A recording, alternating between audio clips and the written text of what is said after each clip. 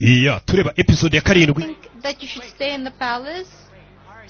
urumva utari ukwiye kuba uri mu ngoro kweri ukaba uruhutse bino bisebo wishyizemo nka first lady uba ukwiye kwiga kurinda ishusho yawe nibwo ukimara guseba ukaza mu bantu akunda kanditse ariko aho kugira ngo ngume mu rugo mfite ubwoba ngo wenda nshobora gukora ikosa icyo ndi gutekereza ubu ni akazi kanjye nka first lady kurusha gutekereza ngo njye kwihisha kubera ko iyo ndi gufasha abantu nibwo mba ndi gukora akazi kanjye neza niyo mpamvu abantu bazanyibuka neza ntabwo nkeka ko abantu bazahora bibuka ngo ikanzu ngo yanjye ngo yaraguye bazajya bibuka bavuga imirimo myiza nakoze niyo mpamvu nagarutse gukora kurusha kujya kwihisha ngo ikanzu yaguye kiki Mujinga yize kudusubiza uzi ko abantu bamaze kwibagirwa iby'ikanzu y'igisebo cyewe bari kwirebera imirimo myiza bakorera bari kureba ishusho ye nyayo ibikorwa byiza akora nakomeza gutya azaba umugore w'igitangaza bitume na perezida atorwa weho ziba yigo ziba hari umuntu rero buriya utazi purani muri mu nyine ari umunyakuri aregarura akora iki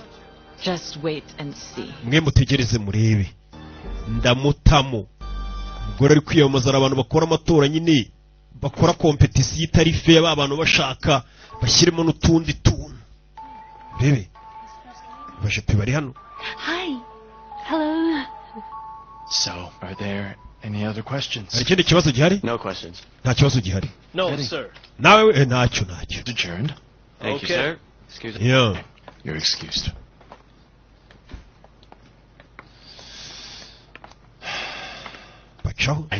I'll go ahead. Excuse me, sir. Buretse gato nyakubahwa. Yes. Please don't get me wrong, but Ntunyumve nabi ariko. do you really send me to Mindanao? Attorney Domingo, you're not just the best Ese ugiye kunyuriza Domino. team member. Umva Domingo. Need you there to increase our popularity. Hari ikipe yacu ndagira ngo ujyeyo ujye gukorana n'abantu bariyo turebe ko twakura amajwi. It's really what we need. I Mu byubahiro byawe. can do that from here. Je numvaga nagufasha ndi hano. I just need to instruct our field. Abantu najya mboherezayo muri ibyo biturage hirya no hino ariko ntagiyeyo. There in the field. So Byaba byiza nawe wigiriyeyo. But what if something happens here at the HQ? Ndamutse ngiye se hano hakagira ikintu cyaba kuri headquarter. don't worry about that. Ntugire ikibazo cya hano. Eddie's going to take care of that. Hano hari abandi bari buhite wowe ugiye kugikorera mu ntara. Uve hano ugende president ameze nk'uri kumwikura The mwirukana. impression that you do not want to accept the position. Ese ko muri udashaka ko nkohereza muri Mbindano ni mu byaro ngaje gukorera president ameze nk'uri kumwirukana gukomeza ukorana na XC sawa. Be away from you. Kuko nashaka gutandukana nawe.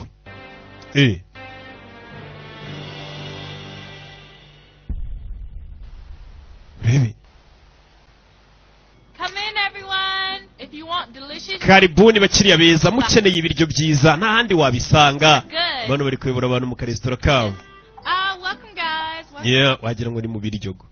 The eatery of the First Lady. Come in, Impact, Lloyd. Restaurant bayise ngo ni First Lady. See. Yeah, kubera ariya mama wa First Lady nyine ubugomba no gutwika abakiriya bakabimenya. Here we go. Turi mu karesitora. Hi. Here. I really thought you were just kidding around. Umva ibiryo biraryoshye nenzi kubeshya. Good. Ariko ibiryo nago bisanzwe. Glad you're enjoying it. Ni byiza ko bikunze. I'll bring my friends here with me. Ubutaha nzazana n'inshuti zanjye dukorana. Mayor Castro's office. Ukora he mu biro bya Mayor Castro?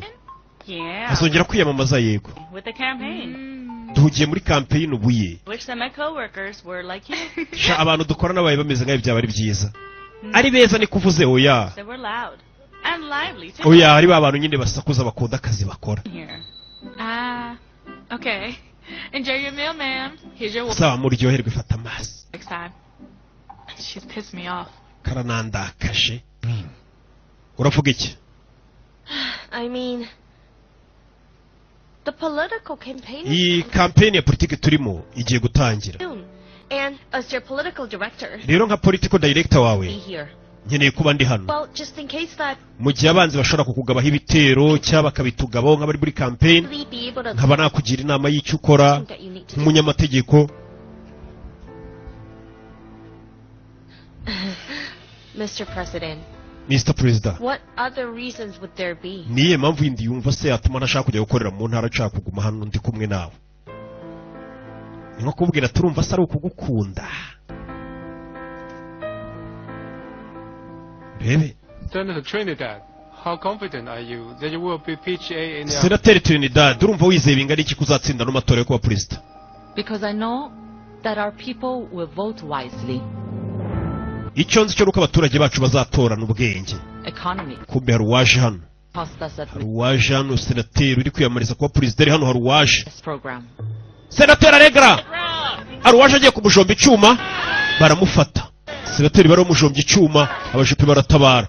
Senateri bari bamujombye icyuma ruwatabaye. Umva perezida dushaka ni Greni twe dushyigikiye PGA. Nyagasani uje n'umuturage ufana Greni aje avuga ati umva PGA niwe perezida wacu Greni niwe tuzatora we ntago tugushaka. Nyagasani I'll think about it. ndabitekerezaho. Uyu barashaka kumwohereza mu ntara. Urakoze. Mr. President. Amukoraho ariko uyu mu ex unkoraho acaho.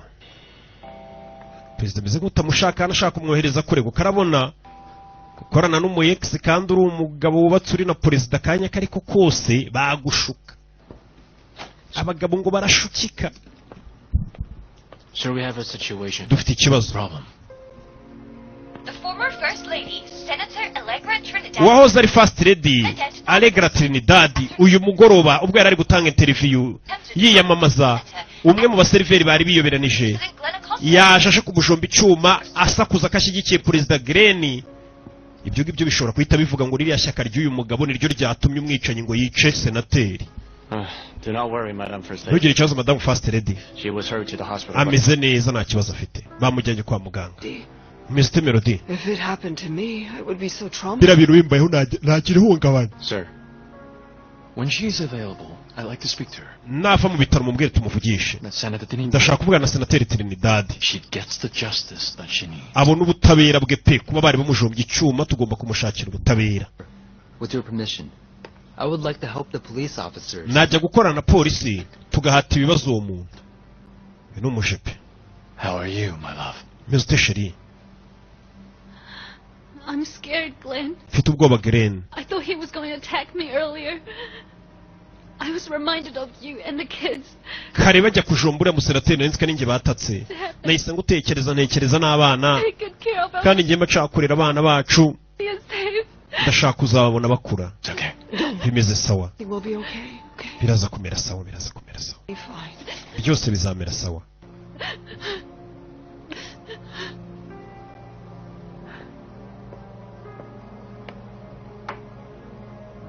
Here, drink some water. Nkokumazi.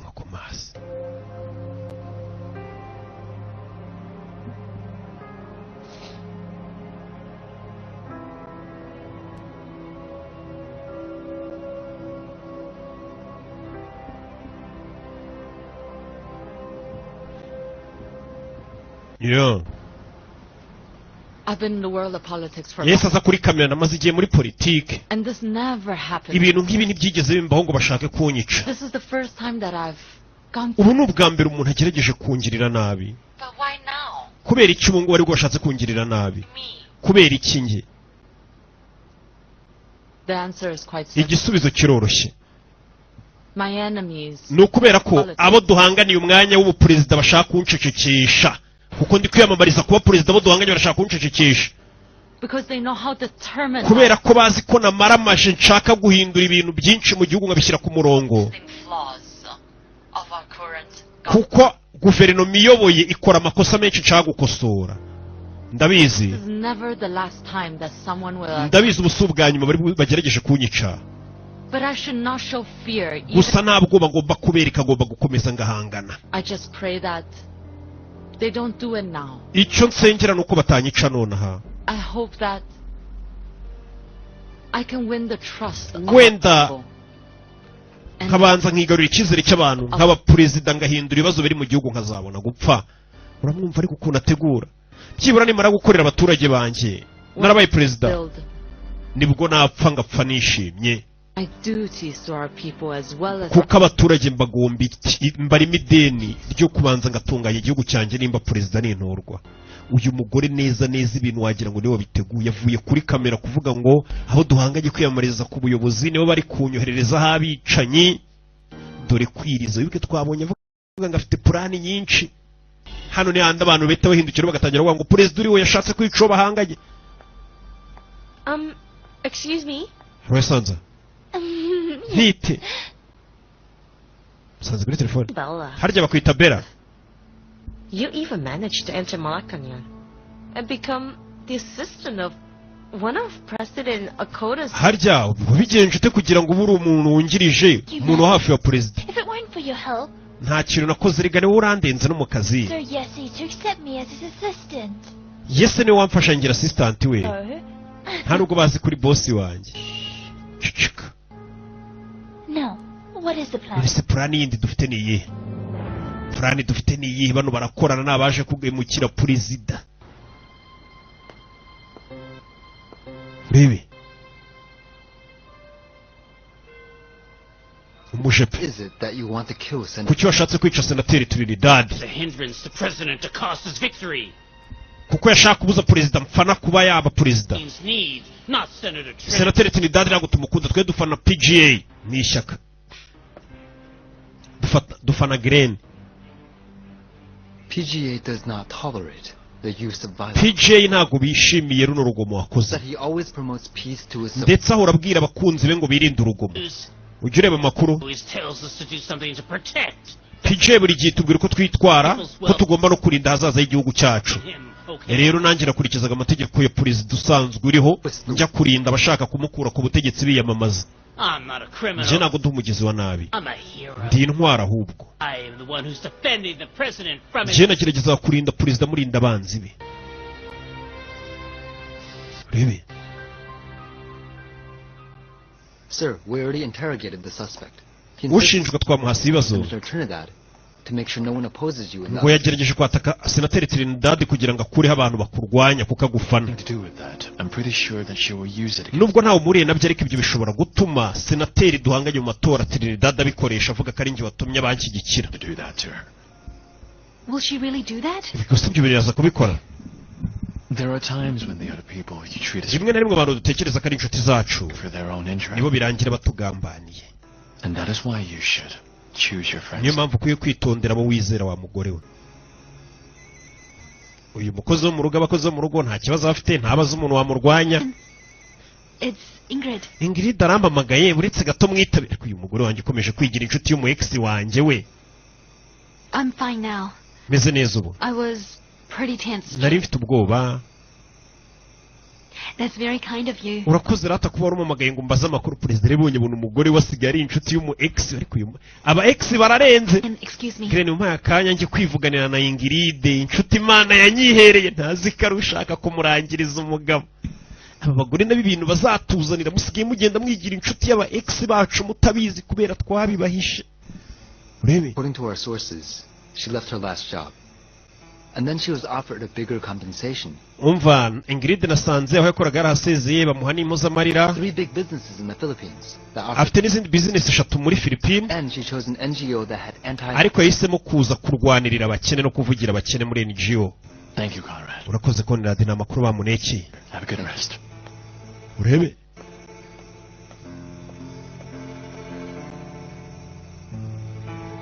Perezida ari hano. Ntago akazi kaba koroshye.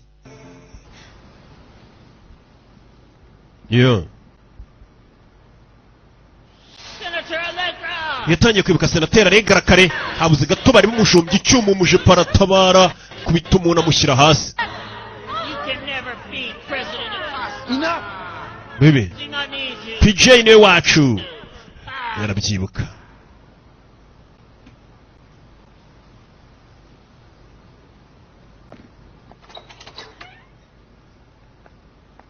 Come in. Injira. Barakwereka sasa Ingrid yaje hano mu ex Ingrid. Yaje hano kagakora kantwariye umugabo ninjye akaye ndi fast ready yaje hano.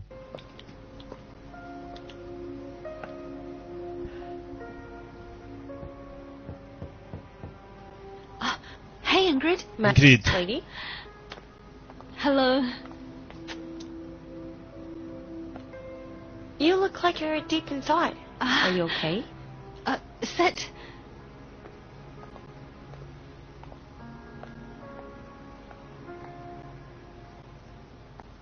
Do you want to talk about it? tubiganireho. I will listen.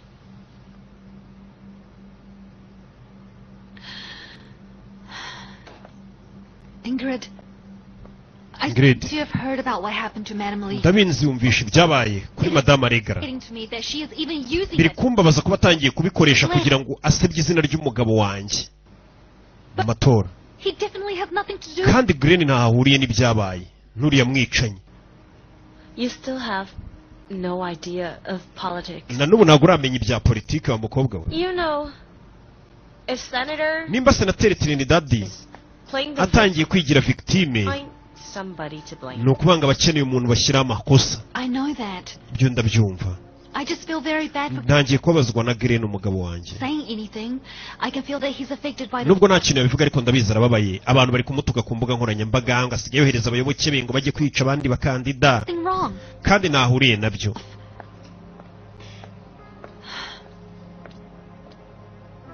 I'm sorry. Mbabarire. Lashing it out on you. Kuba umujinya nari mfite ndi kugutura. Well, do you need anything? Hari ikintu ukeneye? No, Ntacyo. I got your back.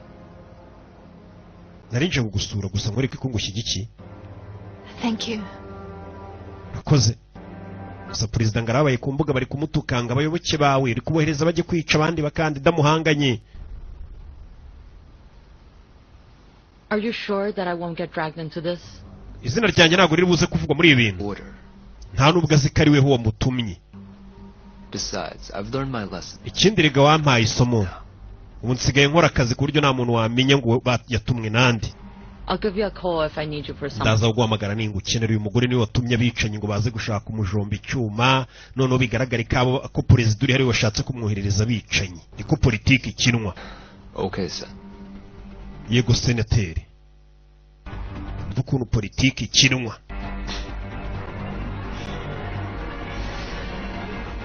Umuntu ashaka ukuntu yohereza abamwica. Here's what I gathered, ma'am. Ubu nibwo bushakashatsi nabonye. I thought our game plan was to sabotage PVA. I don't get it. Why is it that you want to... Ko nari nzi ko dushaka natwe gusebya perezida nkaba numva ushaka kumuburanira ngo mukureho kiriya cyaha. Glenn is trying to send me Ni ukubera ko Green ashaka kunyohereza kujya gukora mu ntara. paying office there Aragira ngo njye gukorera kuri office za campaign ye ziri mu ntara. to change his mind. Rero uburyo bwo kugira ngo ngumishe hano How am I ni supposed to... ukubanza nkamufasha kumukuraho iki cyaha kimuriho muri kano kanya kugira ngo nzamugume hafi. You find Uri it umuhanga. immediately. Uhise umenya igisubizo washaka akanya byihuse. And for now. Ugiye gukora iki?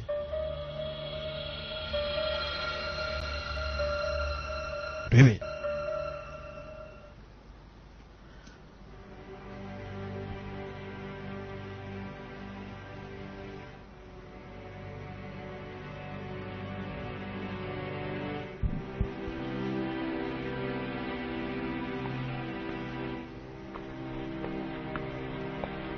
Yeah.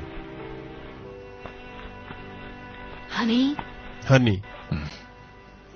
you look lost in thought. Ndabona ibitekerezo byagutwaye.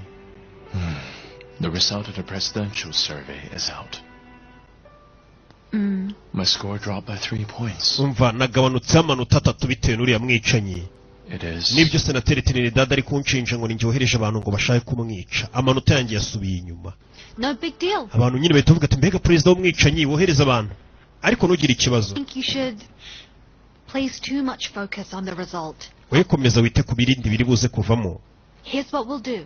Icyo tugiye gukora Prioritize helping out. dushyira imbere gukomeza gufasha abaturage gusa. Once they say that you're doing your job, Ibindi birikora nidukomeza kwikorera akazi kacu. sure that they will choose you again. Abaturage baraza kongera baguhitemo. I believe you will win the majority of votes on the election. Ndabizi ko amatora azajya kurangira ari wewe uyoboye. I hope it'll happen. You are a superhero. What? I'm a superhero? Why? You have superpowers. What is my superpower? You've never failed to make people feel better with the right words to say. You console people whenever they're down, like what you did for ufite uburyo cyo ukunda gufashamo abantu kandi bigakora bari hasi. And Queen Olga. Queen Olga, the president of Arkovia.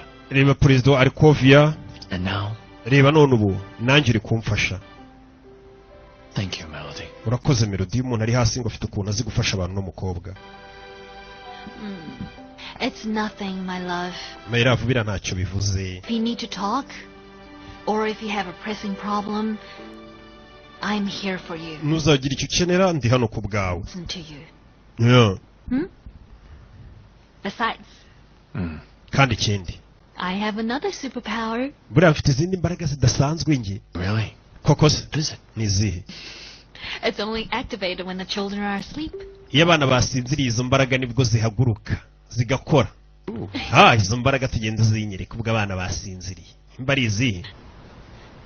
Attorney, only 10 minutes. Avoka tugwaye iminota 10 yonyine. 10 minutes is more than enough. Iminota 10 rwose ahubwo ibirenze bihagije. Yaje kuri polisi. Harabo yazanye nabo. Bifime witonze. Ni X. Ingrid. Ba Ingrid bakunze ubu X burababera. Ingrid yaje hakurino.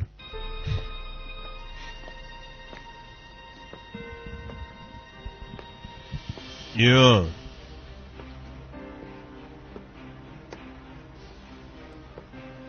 Sharahan. You, the lawyer assigned to my case.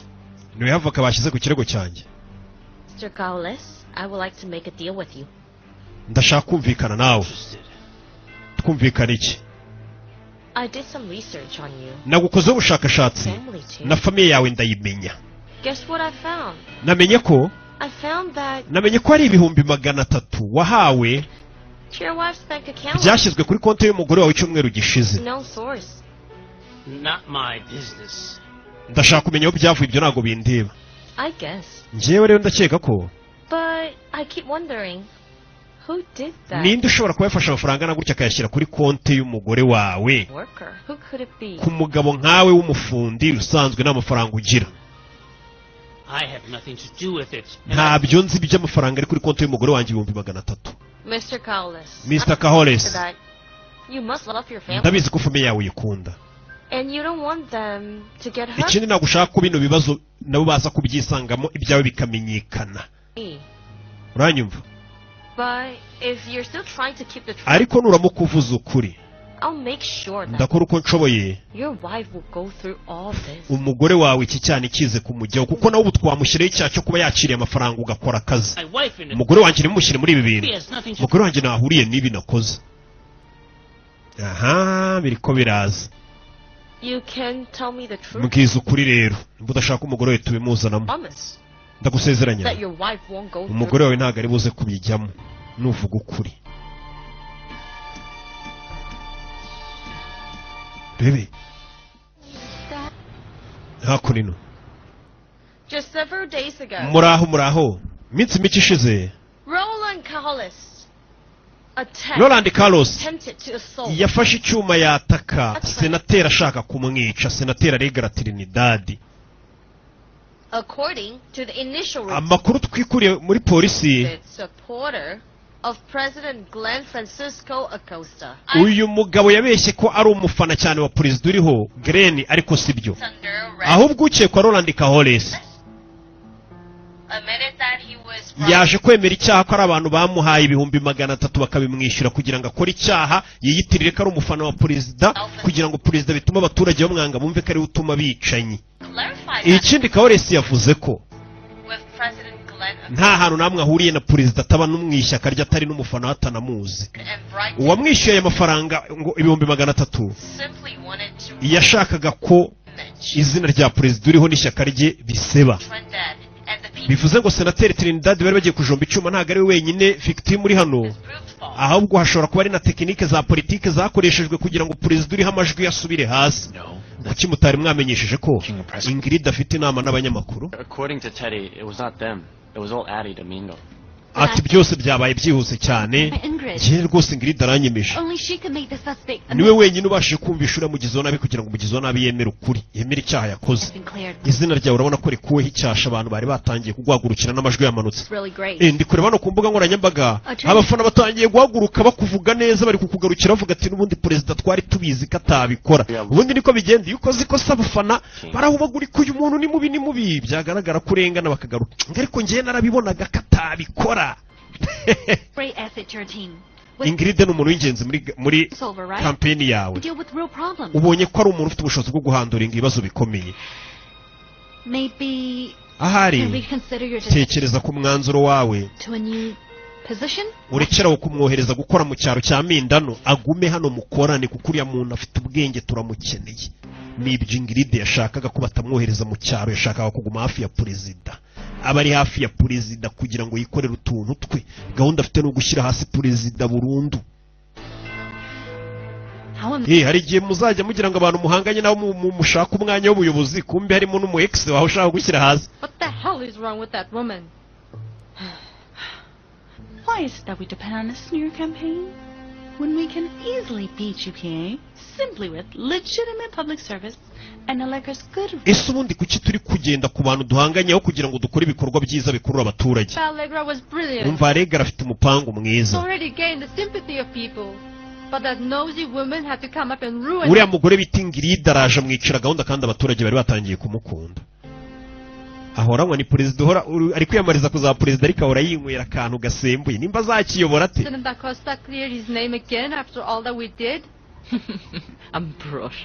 Ambrosia A good politician umunyepolitike mwiza have just one plan. ntago aba afite umupango umwe umunyepolitike mwiza aba afite amayeri menshi atandukanye yo kugira ngo akoreshe bashaka kuvuga iki Rebe These past few days has been very hectic. Let me thank all of you who stood up to defend me against my critics. Mwakoze rwose kunyitaho.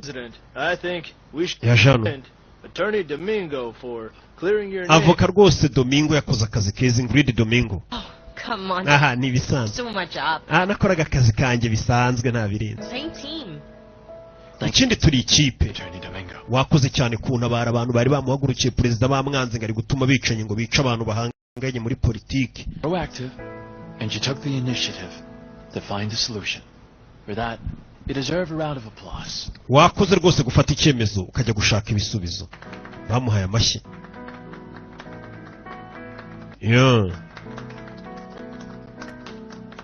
Katurore bari gwa amashyi ntago bamuzi ko yabaziye Good mood today, huh? That's right, Mom. I'm glad that Glenn has proven his non-affiliation with the attacker. I hope this will improve his approval ratings. Oh, thank God. ndakeka ko ibintu byabaye biri buze gutuma amajwi ya perezida yongera akazamuka That's not the sole reason why. gusa indi mpamvu nishimiye so ko perezida yakuyeho icyaha gusa That I got to convince nshimishijwe nuko nabashije kumvisha perezida Glenn kugira ngo akazi bari bahaye Ingrid ko kujya mu cyaro bakamukureho aguma i Kigali mu mujyi wakoze ibiki Melody wagakobwa mbabarire mama arifuza kuri mu X ajya kure none ngo first lady yamusabiye kaguma hano mbabarire ko nari nzamuyijwe mama arabizi kuri mu X kora n'umuhungu wari ibibazo icyo bacaka nuko utivanga mu myanzuro ifatwa na perezida nk'ubwo wagiye kumubwira ngo akazi Ingrid kubera iki ngagume hano nageragezaga kumufasha nyine bisanzwe mbabarire uyu mubyeyi aba afite ubwoba arabizi ko first lady atabizi ko I like to thank you for believing that I am an asset. Ndeka nanjye rwose ngushimire ko basi uri kumbonamo umuntu w'umumaro wagufasha muri campaign yawe And I'm so grateful. nanjye rwose ndagushimira cyane To choose you as my political director. ntabwo nakoze ikosa ryo kuguhitamo ngo ube umuyobozi wa gahunda ya politike yanjye Although we have quite tragic past njye nawe twagiranye hahise hatameze neza behind us, ariko biriya n'ibyahise twabisiga inyuma that someday. nta muntu wari uzi ko nyuma yo gutandukana mu by'inkundo tuzongera tukabasha gukorana tukaba inshuti See, Mr. President, ndagusezeranya perezida do a good job. nzakora cyane That I'll not break your trust in me. ndetse icyizere cyawe ntabwo kizangirika wangiriye Okay, I know that you're very busy, so I'll go ahead. ndabizi uba uhuze cyane rero reka mbe ngiye. Thank you very much, Attorney. urakoze cyane. Thank you, sir. Yeah. Do. Ingrid. Conrad, please don't forget what we discussed, okay? Okay. Yesy, Conrad, hi. Yes, Conrad. So, is Glenn busy now? Glenn arahuze. Attorney Domingo. Ari kuvugana na Avoka Domingo Ingrid. Having a meeting. Not true. Bari mu nama oya. Oh? Yeah, well, I was kidding. Eddie Domingo is not talking with PGA. Avoka hari ibibazo yaraje kubaza PGA. Can I disturb him now? Ninjire se? Sure, madam. Let me check on them. Reka ndebe ukuntu bameze, ndebe ko bameze mbabwire kuje. Kumbuye Israel yaramufasha bamwicaza hano. Dore ukuntu akurura perezida. Umushepa ageze hano yasanze henda gushya. Yasanze henda gushya. Is your birthday coming up? Harya isabukuru yawe ntiri hafira? Ejo munda? Really nice of Cyane. you to throw a surprise party for me. Hari akarori kunegura ka surprises? Oh no. Oya. It's okay. Anyway, I'm really Okay, ntaribi. think I can act like I'm surprised. Ushaka no kumbwira icyo kirori kunegura rega nkazigira nkaho ntunguye kandi nari mbizi na mbere byo nabyo turabishoboye. Happy birthday. Isabukuru nziza. Dore uku niko nzigira nkaho bintunguye kandi nari mbizi. Okay, game. Katwongere. Happy birthday. First lady sharasamye uri hano. I knew it. Yeah. Yageze hano abona. Abona ukuntu perezida ameze n'umugore bari kumwe hano abona first lady abibonye rwashya. Zarara zishya. I like your I reaction. knew it. I can do better than that. Hey, are they done yet? None se bibaye inama yarangiye ngeyo. Well... Conrad, can you say something? Wabyimbye uragira ngo tubone kuri hano kutavuga. You're such a slow. Reka ngeyo. Ma'am, he's busy. Ma'am. Umva barahuze. Hello? I'm fine. I'm Meze neza. Yageze hano asanga perezida n'uyu.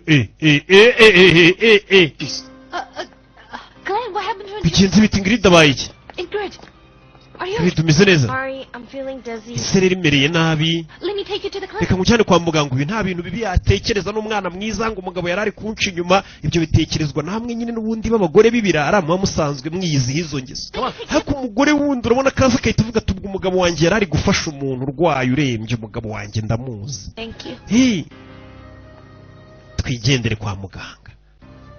Umujiperi yagerageje kurinda umukire Imana yamwisi ngiye nababonye. Kuba nta kintu ukeneye. Umugore atangiye kwirwarisha ibintu by'isereri bakamuterura baturusha ubwenge. Hari abigeze kunsura birwarisha isereri ngo ntibashaka gutaha. Hey, barabikora. Ngo nahise nkora iki muri episode ikurikirana babwira ukuntu byarangiye. Uruhuka buriya usi cyane. Madam First Lady. Madam First Lady. Better actually. Ubundi umva meze neza agasereri gashize. Feeling better? Umva meze neza. I'm looking forward to spending more time working with the president. Ndetse reka nizere ko nzamara ikindi gihe kinini nkorera perezida rwose mufasha kugira ngo ibintu tubishyire ku murongo. Great. Nanjye ndishimye felicitation. You know, we really need you in the palace. Turagukeneye hano mu ngoro ya perezida. To be best friends. Ubu ngubu dusigaye turi inshuti magara. Mwumve. That you're fine? Really fine? Yes, I'm feeling much. Umeze neza cyane, meze neza cyane. Ntaribi. Take care. Yeah. Kumbe nibyo yigiraga ngo perezida muheke. She has no other agenda except to help you. Unayinde gahunda afite usibye kugufasha harya ex wawe. Mama ntago abyumva. She doesn't bring up your past to anyone. Then your secret is safe. Ese ibintu byawe nawe byahise nibizamuka. Almost found out. Habuze gato Melody ngabimenye. About you and Ingrid. I think I should talk to Melody. Ndakeka nkwiye kubwira umugore wanjye ko njye na Ingrid twakundanyeho kera. Kandi nabikubwiye urambuza. The truth? Glenn, remember. You're protecting something bigger than you. Uri kurinda ikintu kinini kirenze wibwira umugore wawe ko wakundanye na Ingrid. Wibwira Melody bumuretse. Tell her the truth. Then you might as well be ready to tell her everything.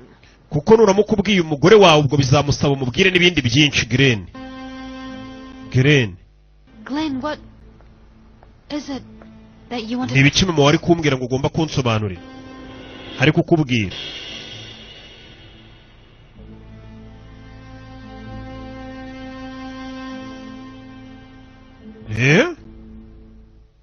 Glenn.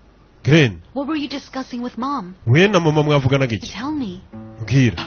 Oh, Melody, it's about your upcoming birthday. Ni ibyerekeranye n'isabukuru yawe igiye kuba. Something grand for your birthday. Twaguteguriye ikirori kinini, niyo mpamvu namubwiraga ngo abikubwire mbere. I advised him to consult with you first before he commits anything about his plans. Thank you. Thank you. Glenn, it's embarrassing. Mom knows me better than you. Well, but if your mom is right, there's really no need for a grand birthday celebration. Umva, njye rero ubwo na mama bizi njye sinkunda ibintu by'ibirori binini cyane, akarori koroheje kaba kankoreye kaba kabaye. But I only want something simple. Njye macha utuntu tworoheje. You, my family, and the kids to all be here.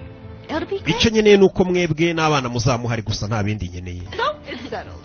A simple birthday celebration for the first. Akarori gasanzwe karaho. Oh, thank you so much. Yeah. Thank you, Glenn.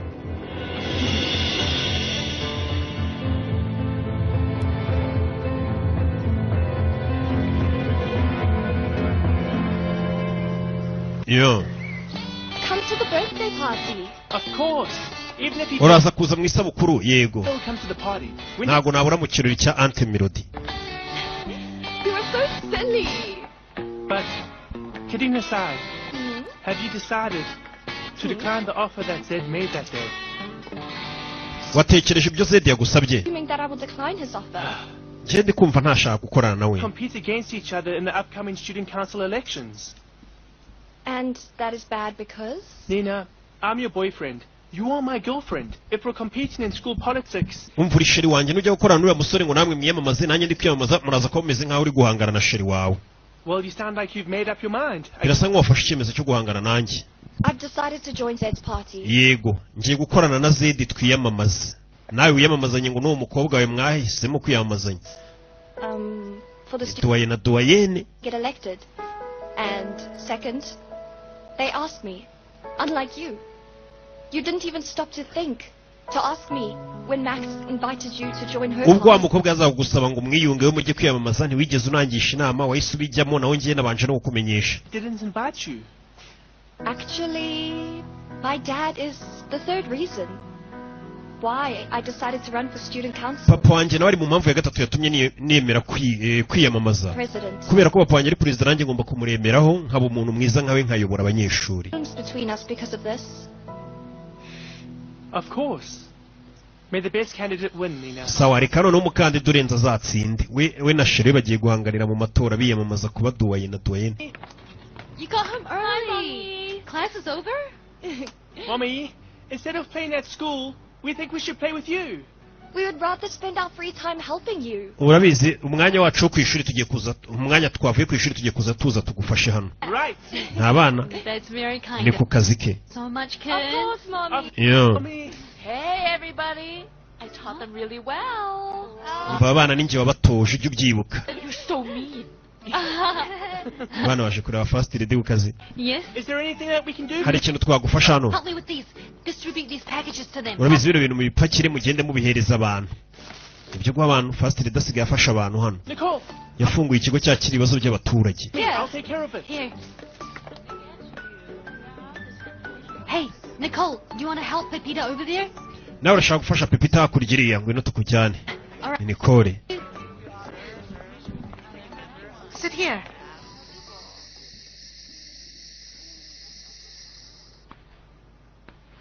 Perezida ari hano. Yeah. Honey, Honey. are you okay now? Meze neza. You look preoccupied. Ndabona uhuze cyane bite. Having problems? Ufite ikibazo? It is not really a problem, my love. I'm thinking about the presidential survey. Nari gutekereza ku majwi ya perezida. While Negra... Amajwi yanjye akomeje kujya hasi arigara akajya hejuru. It is only Urebe. February. Maybe the voters are undecided. But you know what? Amatora ntago ararangira. Be chosen once again. Ndabizi When the abaturage igihe nikigera bazatora perezida wabo. You know, they'll certainly choose someone who will serve our country. Ikindi ndabizi abaturage ndabizeye ko bazahitamo umuntu ubereye igihugu cyabo kukiyobora. Thank you, my love.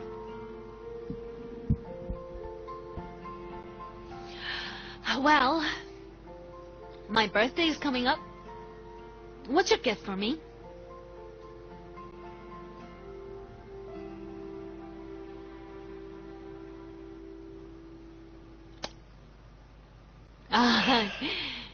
I like that gift very much. It's not enough. It should be like this. Yeah. Perezida asa nk'uhangayitse. Like this. Amajwi asa nk'ari kujya hasi. Right? Come here.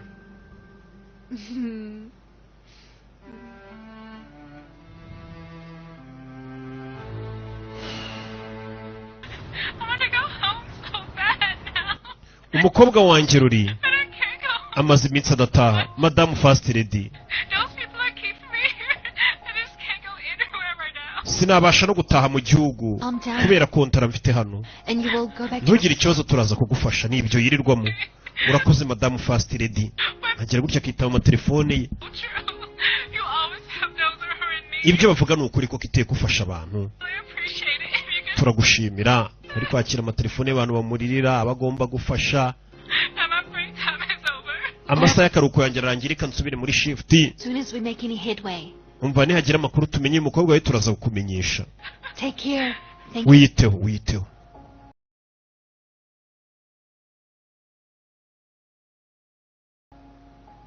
You'll be good politician someday, Madam First Lady. Madam Perezida akenshi umunyepolitiki mwiza azi ngo yabonye inshuti. You are much better than those politicians. Ese urabizi ko abanyepolitiki benshi urenze. To fulfill the babandi birirwa babeshya abaturage ngo tuzabakorera ibi ntibabikora ariko ikintu cyose uvuze uragikora. all here.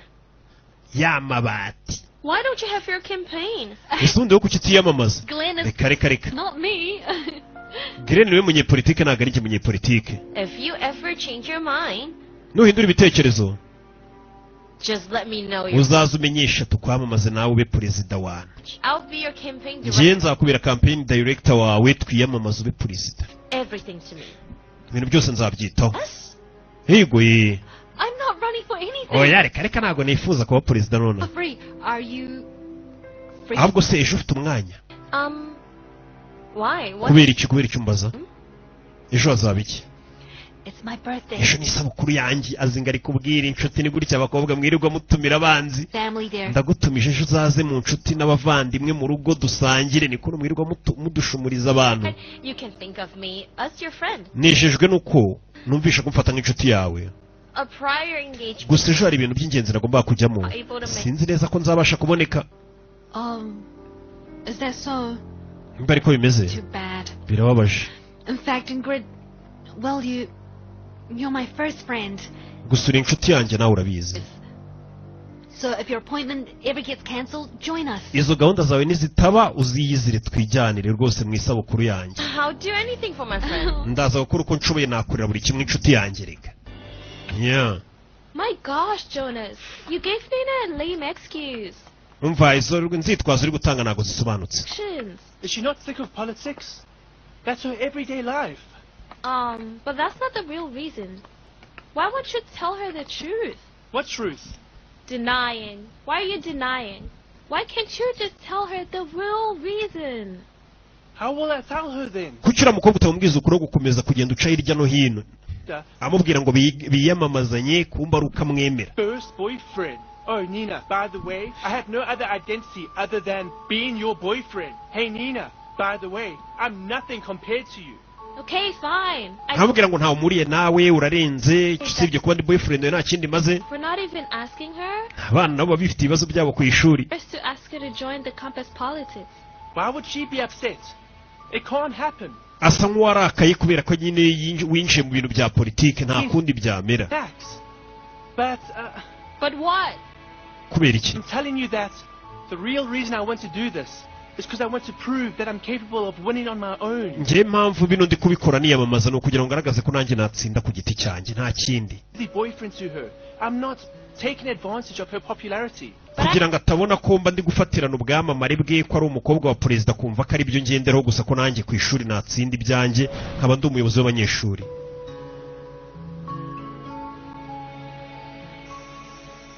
May I ask something?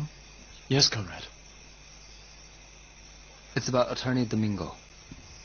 Sir, if she is Nje kugira ngo tugane ku bya Domingo. Did you discover something? hari amabanga wamumenyeho Ingrid Domingo? No, I didn't, sir. Oya gusa kare yabonye benda gusomana. They're investigated some time before. Urumva kubera wambwiye ngo tumupererezeho kandi nta wundi muntu ugeze umbwira ngo tumupererezeho.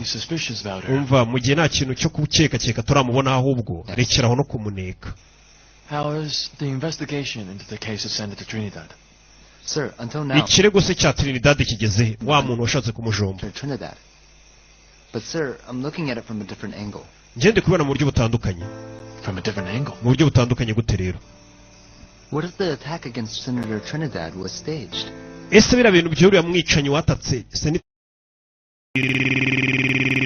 bipangiye atari ukwango yari umwicanyi wa nyawe. Tied by her within our team. Sir, yes sir. Ndashaka ibimenyetso bifatika n'iperereza rifatika. Sir. Gusa perezida mubuje kuneka kongera kuneka Ingrid yamaze kumwizera cyane. Cyo kigaragara. Maintindihan ako raw ay nahi